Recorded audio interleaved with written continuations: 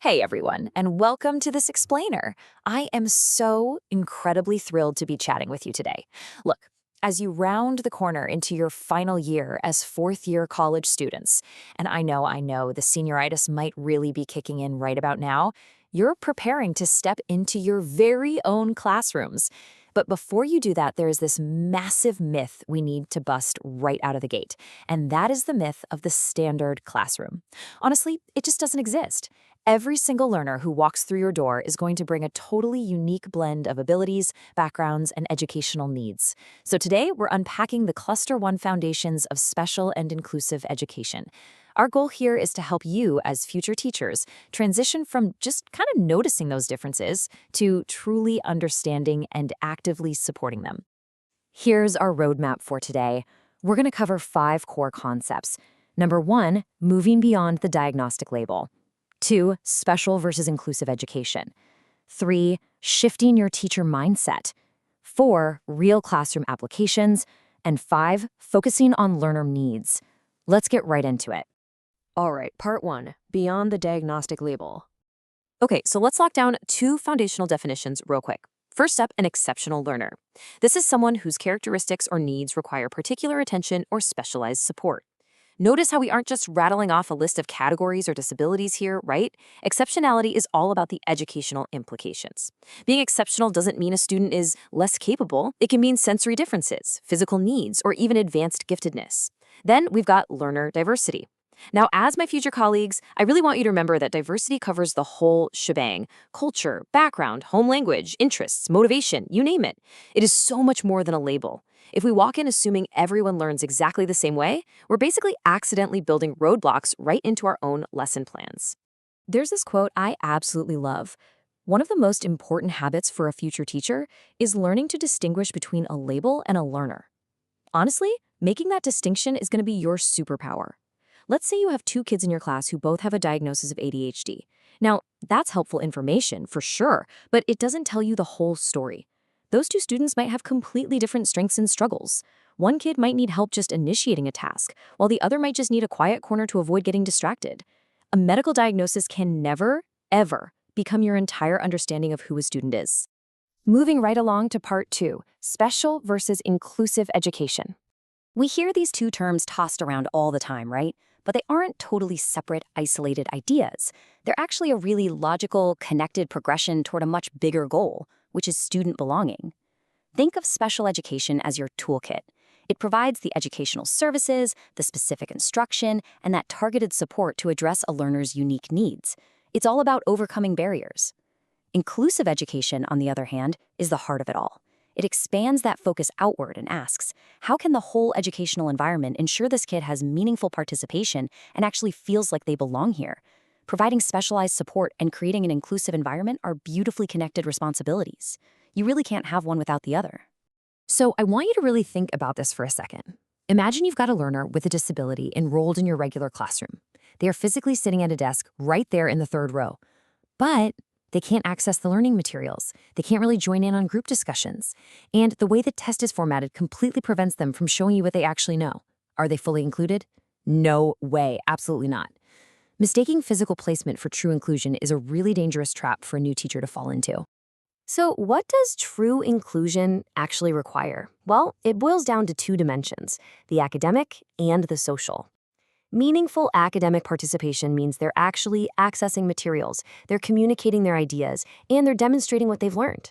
But that social dimension, that is just as vital. It means they feel accepted, respected, totally safe, and valued as a legitimate, important member of your classroom community. Which brings us to part 3, shifting your teacher mindset. This right here is the big shift you need to make before you ever step foot into your practicum. It's the intellectual core of this whole explainer. Beginners often fall into deficit-oriented thinking. That's when you look at a struggling student and say, man, this learner just cannot keep up. You're focusing entirely on what the kid lacks. But responsive thinking, that completely flips the script. A responsive teacher looks at that same situation and asks, okay, what is preventing this learner from participating successfully, and what specific support might help? You aren't ignoring the fact that they're struggling. You're just examining the learning environment to find an actual solution. Here is the absolute crucial takeaway. Differences literally do not equal deficiencies. Just because a learner speaks a different home language, for example, doesn't mean they are incapable of understanding your awesome science lesson. Their difference creates a need for support. Maybe they need clearer instructions or some visual aids, but it should never, ever be treated as a problem that needs to be fixed or corrected. Just ask yourself, what does this learner bring to my classroom? And what do they need from me to fully participate? Okay, part 4, real classroom applications. Let's put this into practice and look at 3 situations you are definitely going to face when that bell rings.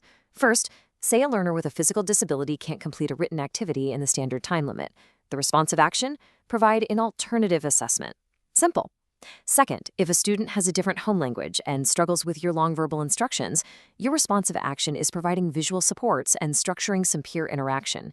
And third, if a gifted learner finishes everything 20 minutes early, the response isn't just giving them more of the exact same busy work, it's providing deep, meaningful enrichment. Notice the pattern? In every single case, we modify the environment, not our baseline expectations of the student. Let's zoom in on that first scenario with the physical disability for a second. When a student struggles to write quickly, ask yourself this. Is the learning goal actually writing speed, or is writing simply the method we're using today to demonstrate understanding? If writing speed isn't your core objective, and let's be real, it usually isn't, then you aren't lowering your expectations by offering an alternative way for them to show you what they know. You're just removing a method that accidentally created an unnecessary barrier. And we really can't forget about our gifted learners either. Inclusive education is for everyone. If you've got a student consistently demonstrating advanced understanding, true inclusion means providing them with enrichment tasks, deeper investigations, and complex problem solving. It means giving them opportunities to apply what they know in totally new, challenging contexts. Responsive teaching handles all types of learner variability to make sure everyone in that room is being stretched and is actively growing. Finally, part 5, focusing on learner needs. I want to give you a super practical 4-step framework you can literally take right into your future classrooms to make sure you're always focusing on learner needs. This little progression transforms you from someone who just delivers a standard out-of-the-box lesson into a truly inclusive educator. Step 1, identify. Who are the learners in front of me? Step 2, understand. How are they different from one another? Step 3, examine. What specific needs or barriers might affect their participation today? And Step 4, respond. What can I do as their teacher to make meaningful participation possible? Seriously, memorize this 4-step progression. It's a game changer. Before we wrap things up today, let's quickly clear out a few rookie traps that catch a lot of new teachers off guard. Number 1, do not fall into the trap of thinking inclusive education means treating everyone exactly the same. Fairness doesn't mean identical treatment. It means giving everyone the specific support they need. Number 2, remember that inclusion is not just for learners with disabilities. As we've seen, it's about all forms of learner diversity. And number 3, never ever assume that just because a student is physically placed in your room, they are automatically participating. All right, I want to leave you with one final kind of provocative thought. Everything we've discussed today lays the foundation. We know learners differ, and we know it's our job to respond, but it begs the question, once we understand these differences, what does fair support actually look like in practice? Keep that question rolling around in your mind because it perfectly sets up your next module on equality, equity, and accommodation. Thank you guys so much for joining me in this explainer. You are going to be incredible responsive teachers. Keep asking the right questions, and I'll see you next time.